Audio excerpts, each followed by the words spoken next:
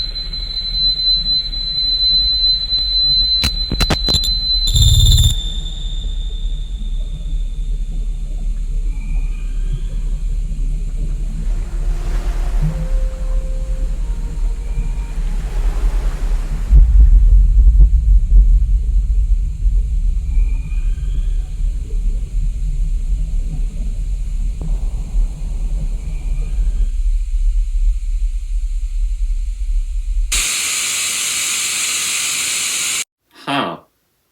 Well, that was really weird. Huh? Phone's ringing. Hello?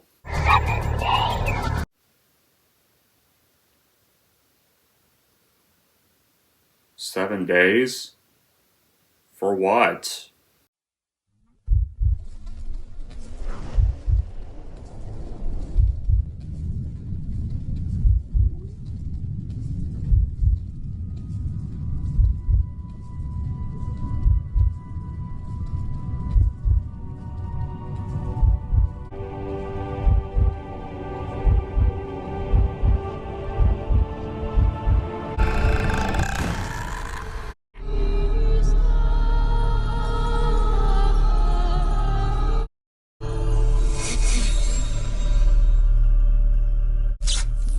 Hey everyone, Staunchy Corleone here, and welcome to Halloween Horror Movie Reviews Season 5.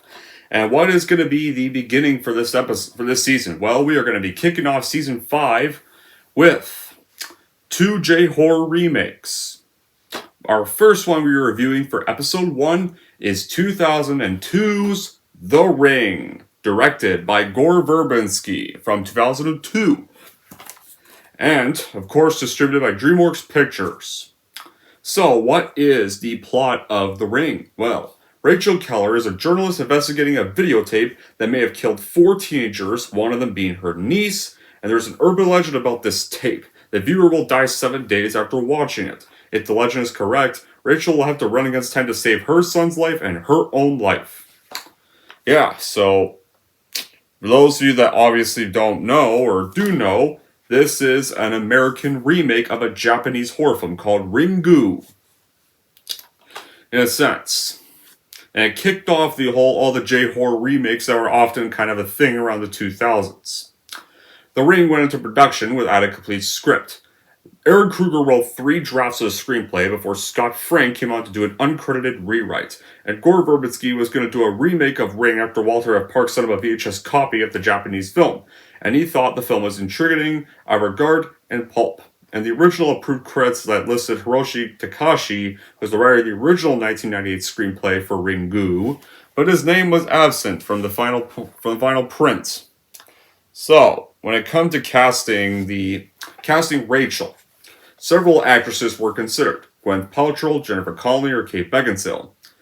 Gore Verbinski didn't want to cast big stars because he wanted the film to be discovered and described like the wave of harsh criticism of hardcore fans the original, and Japanese film was, no, he knew the criticism was inevitable. But he expressed a desire desire for them to find the remake compelling. And wanted to detain like the minimalism prevalent throughout Ring instead of in Seattle, because of its wet and isolated atmosphere.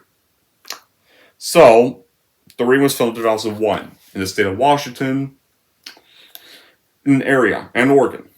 So, and then after the movie was shot and marketed, The Ring would be theatrically released in the United States in the theaters on October 18, 2002, and after it's a good opening weekend, DreamWorks expanded the release to 700 more theaters. And it was a box office success, and made like over $249.3 million worldwide on a $48 million budget. And it's known for being one of the highest grossing horror remakes of all time. And it got mixed and positive reviews from critics. They praised the atmosphere and the visuals. And while John Bazai's cinematography, Gore Verbinski's direction, and the performances of the cast, especially Naomi Watts. And at the Saturn Awards, it won like Best Horror Film and Best Actress. And of course, it got 2 American sequels, which were not well received, and made way for several other Asian and Japanese horror films around the 2000s. The Grudge and Dark Water. After The Grudge, it immediately got repetitive. Now as for my reaction, I think Americanized remakes are very annoying, as they sometimes feel like they're made for people that just don't want to read subtitles in films. Like, one of the biggest examples of this is 2008's Quarantine. That's an American remake to the best found footage horror film of all time, Wreck, and pretty much just makes a actually bad version of the film. Just a bad shot-for-shot Gus Van Sant American version of the film.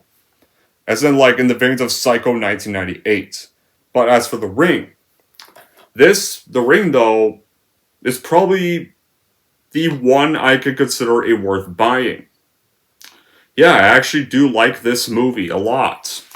It remains like one of the creepiest movies of the 2000s. It's like not violent at all, but it's like more of a tension-filled horror film. Like seriously, when you show these dead bodies with gray skin, all eyes staring on nothing, like the movie is like literally just nightmare fuel as it relies on pure tension and stuff. And like the videotape you saw in the intro, the cursed videotape, like it has these random images that flash across the screen, like the falling chair, the ladder, the tree. These images, like, you wouldn't know if they could generate anything remotely resembling fear, but it's not the images. It's the commonality of these pictures that leads to a feeling of unrest, and something more sinister could be lurking just out of sight. The movie is relentless. It's always like waiting in the dark around the next turn, and then when you think it's over, then the movie hits full throttle. The pacing starts off quickly and continues to pick up speed. The Ring is the definition of the phrase, like, never a dull moment. Like, the story is similar to some other horror stories and movies, but the movie, like, when she rescued the girl from the well, the poor and love interest are sitting on an old bench. Like, at first you're like, okay, she did a good thing. The little evil girl, now with the wrongdoing, is redeemed. Everything can be as before. Guess what? Next scene when they get home, gotcha! It turns out setting her free would actually made everything worse. The beginning of the twist, like the very last minutes of the film, definitely one of the best horror twists of all time. And I like that this movie was entertaining from beginning to end with a 1 hour 55 minute runtime, like right there, like The Ring does, like, resist being a teen movie. Like, although you do start off the movie with 2 adolescent girls talking about this videotape that kills people, and then one of the girls, it turns out to be succumbed to the very curse because she watched the videotape the week before. So how do we start the film? Now that I mentioned that, here's how the film does start. We start off with the 2 teenage girls I just mentioned, Katie and Becca. They're discussing the cursed videotape. Apparently, like, Katie had viewed it a week before, and she's then killed by an unseen force. That's pretty much how the movie starts off, and you kind of know what you're about to get. Like, with the idea of videotapes just archaic, like, it gives the oncoming horror this nostalgic, creepy feeling that, where, in today's world, if they tried this with a Blu-ray, it wouldn't provide that much fear. Like, the imagery in the tape is very sinister. With the series of events, like, it definitely does not look cheerful. That's for sure. And Gore Verbinski's direction is very effective. It builds up on the level of tension from less than obvious means. We have towered blocks, rain-swept streets, or boxing people, leading desolate lives. They help create an isolated world. Gives the movie the pretty grim feeling because Gore Verbinski wanted to shoot this in Seattle, so the film would have a wet and mucky kind of tone to it. And Hans Zimmer's musical score does promote this perfect seclusion with piano minimalism and notes like raindrops. And this idea of Rachel hearing about a videotape that kills people and watching a tape and inviting her boyfriend Noah, played by Martin Henderson, to watch it too, it takes justification in logical terms and it questions her intelligence. Like, The Ring is this heavy atmospheric, generally frightening film. It relies like the way it does not rely on blood and gore. Like I said, it relies more on suspense, relies more on haunting imagery, relies more on tension to absolutely horrify as well as haunt you. And the acting was also really great. Like, the scenes were vivid, they surreal, and they stay with you after you watch the film. The photography, the lighthouse, says in the movie, the fog scenery, it's very haunting. And you got the quiet gloom, like when the movie is waiting. It's like perfect, like for old school horrors. And definitely a very great achievement for what these filmmakers did. And it reminds me of how bad some of the horrors can definitely be in this whole film. And a good horror has to have more of the ability to scare, and also has to be well made, atmospheric, and haunting. So much the better. It has to kind of hook you into the movie. So after our opening scene, we made our two main characters. Rachel, who picks up Aiden from school. They have somewhat of a rocky relationship because of often Rachel's work. And then the next morning, they go to Katie's funeral. Her mother asks for her sister Rachel, who's our main character in the movie, because the reason why she is often overworked is because she's a Seattle-based journalist, and she's brought in to investigate her daughter's death. Rachel discovers that Katie's friends all died in bizarre accidents at the same time as Katie's death. Then Rachel visits the shelter Mountain Inn, where Katie and her friends see the tape. She finds and views the tape, and it contains strong and frightening imagery. Then she receives the phone call from an unknown caller, whispers, 7 days. And though she's skeptical about this, she then starts experiencing supernatural occurrences linked to the tape. So she recruits the help of her video analysis ex-husband Noah. He views the tape and Rachel makes him a copy. Then she identifies the woman on the tape, the horse breeder Anna Morgan, who committed suicide after some of her horses drowned themselves off Musco Island. And then Rachel, Noah's 8-year-old son Aiden, sees the tape. Then Aiden possesses supernatural abilities, which he uses to help with Rachel's investigation. When it comes to our main characters, Naomi Watts leads the cast as Rachel, and she's very believable and empathetic. Just definitely some good things for her character right there. Actually, a character that actually does feel believable. One you can actually root for. David Dorfman is her mysterious but intelligent son, who I will admit, their relationship is kind of rocky when you first meet them, but they have decent enough mom and son chemistry, and And I really like how, there's a lot of scenes where Naomi Watts' character doesn't get mad at her son at all that much, and is usually very calm with him. And so, yeah, I also like that about her character. I like that she really does care about her son. Right there, that's good character development right there. Martin Henderson is Rachel's ex-husband and friend, and the cast performs well, and all their performances do feel believable. And one thing notable about the film is its disturbing and vivid visuals. They're really great looking, the movie's spooky and strange atmosphere. There's plenty of bizarre and scary sequences in the film, especially in the videotape itself and the horrifying backstory behind it all. And the characters in The Ring, they investigate this, they find some familiar tropes of the ghost story and sentience, but Verbinski's attempt to grip the viewer in a story that keeps itself really well. And the movie does take itself seriously, and there's definitely no stupid comic relief during any of the disturbing bits. They don't stop to crack a joke. They don't stop to crack a one-liner. There is no gore. There's little blood. The scares are pretty quiet ones, but that's kind of what I do. I'll take quiet scares over lazy Jason Bum door slams. Yeah, that's the thing. This one, what the movie does get right is that this one relies on quiet scares, not just trying to slam doors to get a cheap reaction from the audience.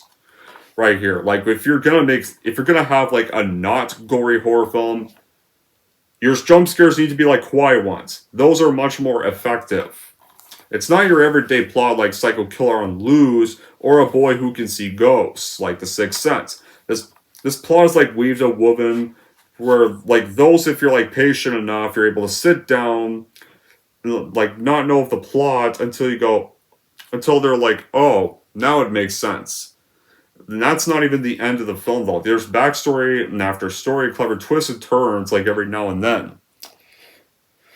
Like one of the most disturbing parts of the movie and the 2000s in general is when you're first subjected to the cursed videotape.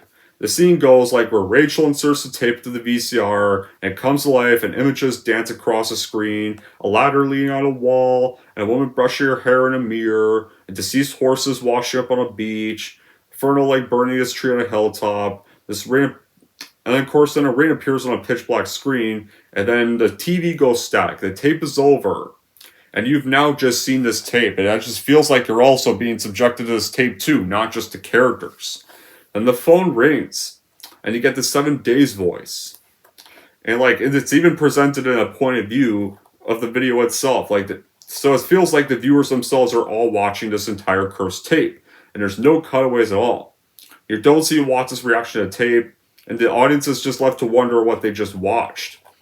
And you're probably asking yourself, was this tape cursed? And then after you've seen the tape, you start to wonder if the tape is cursed and if you also will die in 7 days. In a way, because you just saw the tape. Definitely an eerie thought. And the tape was very abstract and very disturbing.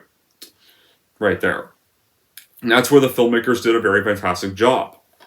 And because it's a J-horror remake, a remake of a Japanese horror film, it does have the Asian style surreal weirdness that does make it creepy. And this is coming from somebody who has like not seen the only part I've seen of the Japanese one, I've only seen the TV scene in the Japanese film. I haven't seen the whole Japanese film. I've only seen this version, but I have not seen the Japanese original. Tell me in the comments down below if I should watch it. If I should watch the Japanese original. If you have seen the Japanese original, tell me in the comments down below. If you have seen it and what you thought of it. And if you do recommend it. But it's a very visual film with some great looking scenes. Like the characters are great. Rachel Keller's a perfect journalist. Noah's kind of like the comic relief sidekick. He's sarcastic and stubborn, but he's also pretty smart. So, after Ada does view the tape, Rachel goes to Moesco Island to speak to Anna's widower, Richard, played by Brian Cox, and Noah travels to Gale Psychiatric Hospital to view Anna's medical files. On the way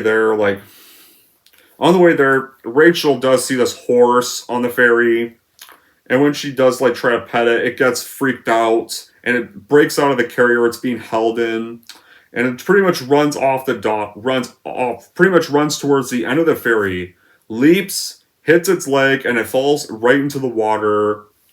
And at first, you're like, that's not so bad. Maybe the horse will survive. It just fell in the water. Guess what? It does not. You don't see it go into the propellers, but you can tell it obviously went through propellers because the water does start to turn red and right there. When I saw this scene, I was like, oh shit. I was so shocked when I first saw this bit. Right here, right there. I'm like, yeah, this was also a very horrifying moment in the film. It's not pretentious, and thankfully it's just brief, but still. So after Rachel gets to the island and then meets Richard, Rachel discovers that Anna adopted the girl whose name's Samara, who possessed the ability to act images onto objects and into people's minds, had tormented her parents and her horses. And then Noah finds a psychiatric file in Samara that mentions this terrifying video record seen by Richard. And so, when Rachel goes back to the Morgan home and finds this fake birth certificate proving that Samara's not the child of Richard and Anna, then discovers the missing video, where Samara's explaining her powers during a therapy session. Yeah, in this scene, she is played by Dave Lee Chase, who, as most of you all know, has voice acted as Lilo in the Lilo and Stitch franchise. Most of the installments, except for the 2005 direct-to-video sequel. So yeah, it was kind of ironic realizing that, in a way. Right there. So then, Then Richard then insists, like, then she goes back to Richard, and Richard insists that Samara's evil, then commits suicide by electrocuting himself in a bathtub. And then Noah and Rachel find this loft in a barn, where the Morgans, like, use to isolate Samara from themselves in the outside world. And there's an image of a tree behind the wallpaper, and Rachel recognizes it's a tree at the Shelter Mountain Inn.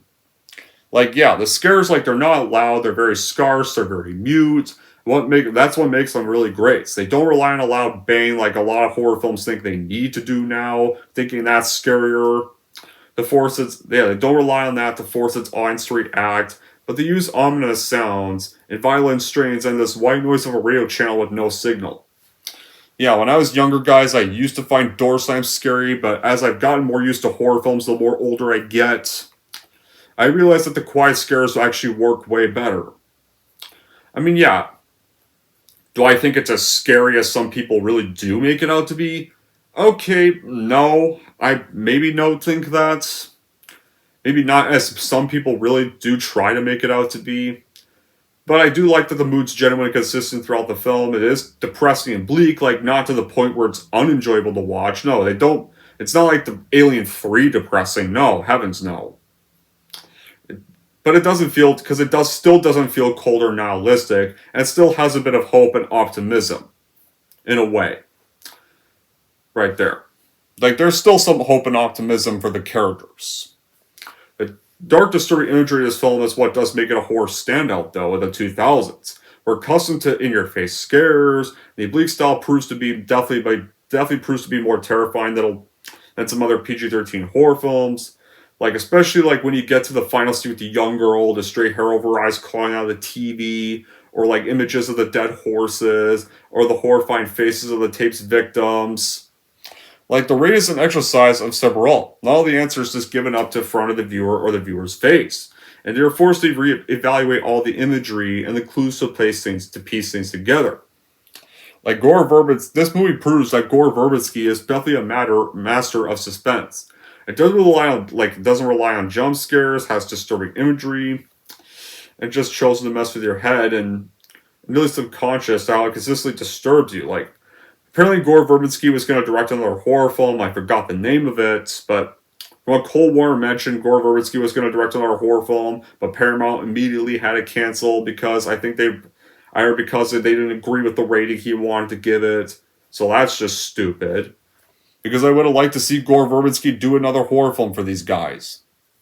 And the score by Hans Zimmer is brilliant and evokes different moods throughout the film.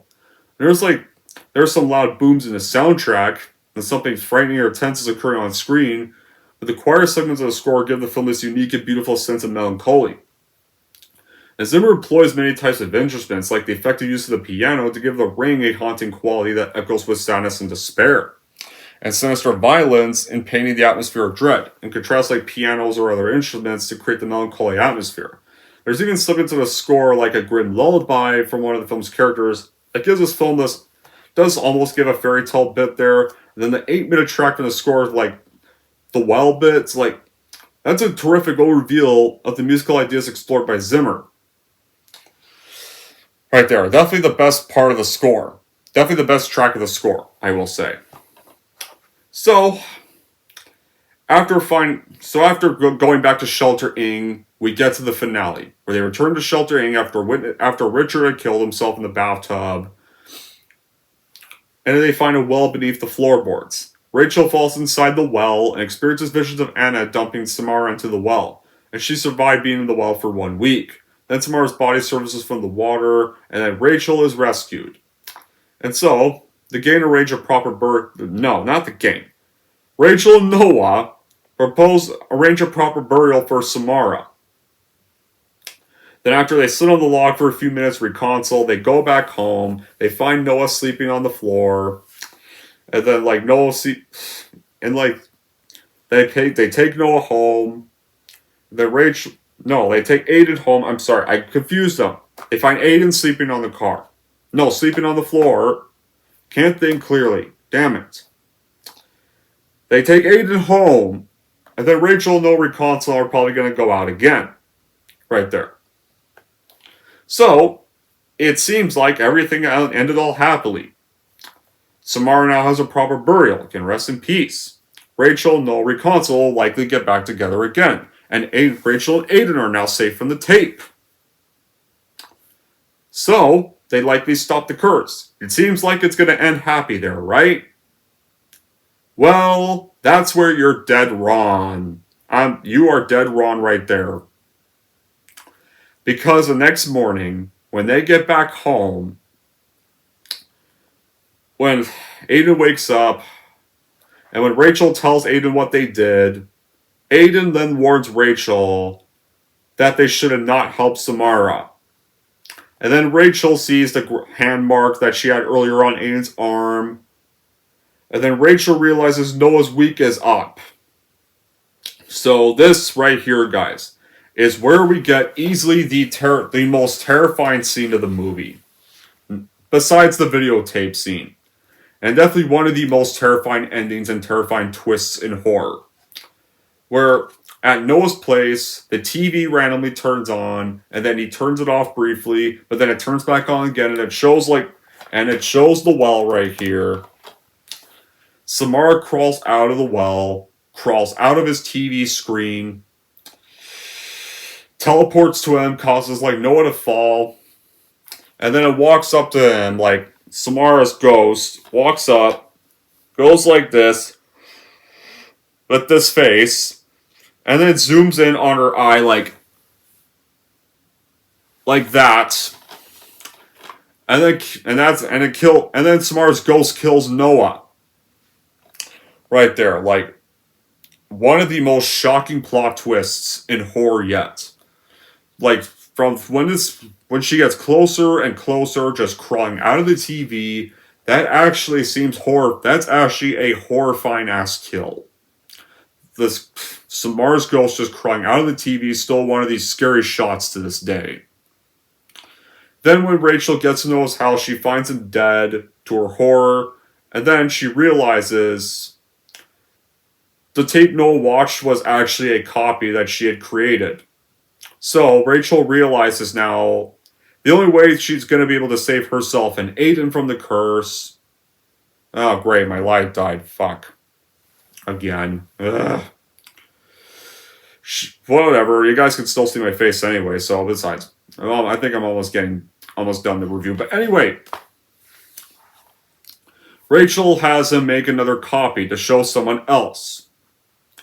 And then she tells Aiden they're going to be fine. And Aiden asks, what will happen to the person that's going to view the copy.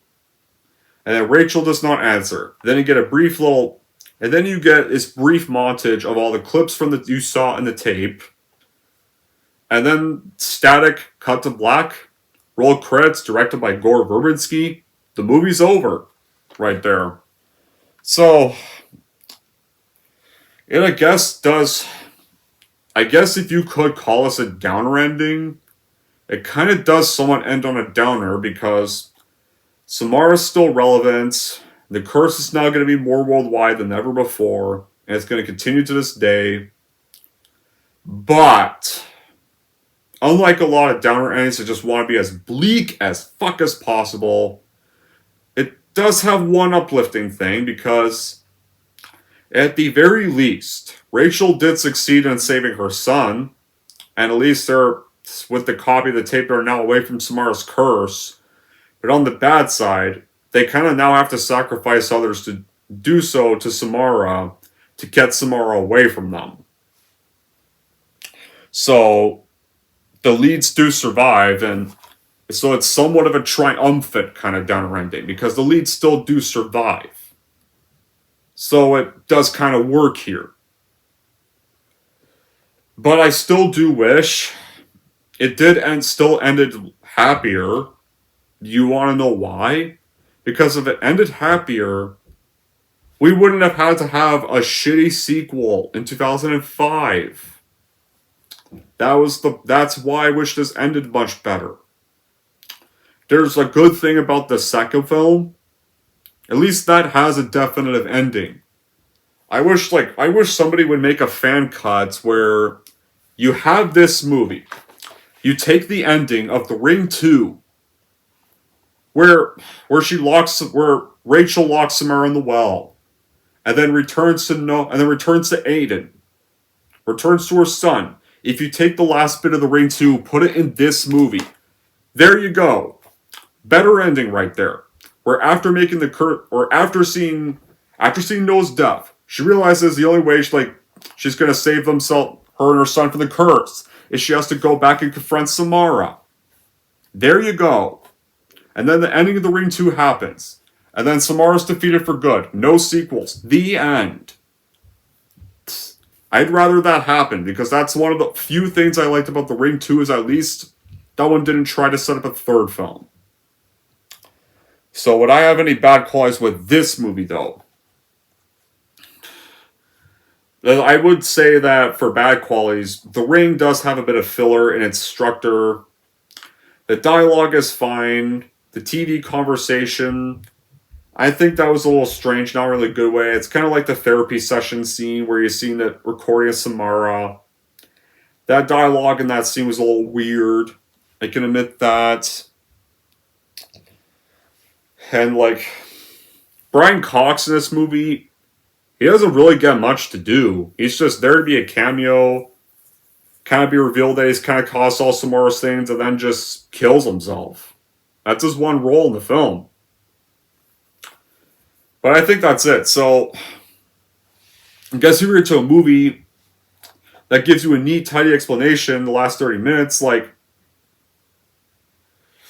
this is probably not a film for you. But, it does give you answers, but it makes you think for those answers. The viewer is able to decipher Samara's message and the meaning of this ghost story, though. And when you're trying to understand Samara's message, just one of those characters that definitely does work in scaring the shit out of you. So, other than the filler stuff, the TV conversation, and Brian Cox having nothing to do, I personally do think The Ring is enjoyable for a J-horror remake, and there's a good reason why many consider it the best one, or some even calling it the only good one, or only tolerable one at best. Many others have tried to do this move, and they have all failed. The closest one that did nearly capture this one's success was 2004's The Grudge. But that was it. Oh, speaking of The Grudge, guys, that's the next episode. Yeah.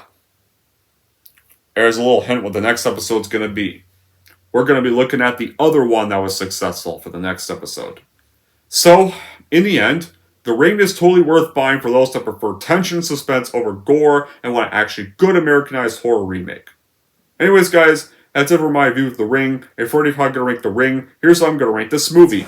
So overall, if you have seen and loved the Japanese film, and want an Americanized remake of those that is actually good and worth to own on your shelf as well, totally watch and buy The Ring for your collection, no doubt. And if you're wondering how I'm going to rank The Ring, I'm going to give The Ring an 8 out of 10.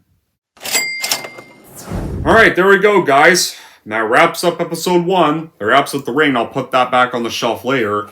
So, time to get ready for the next episode.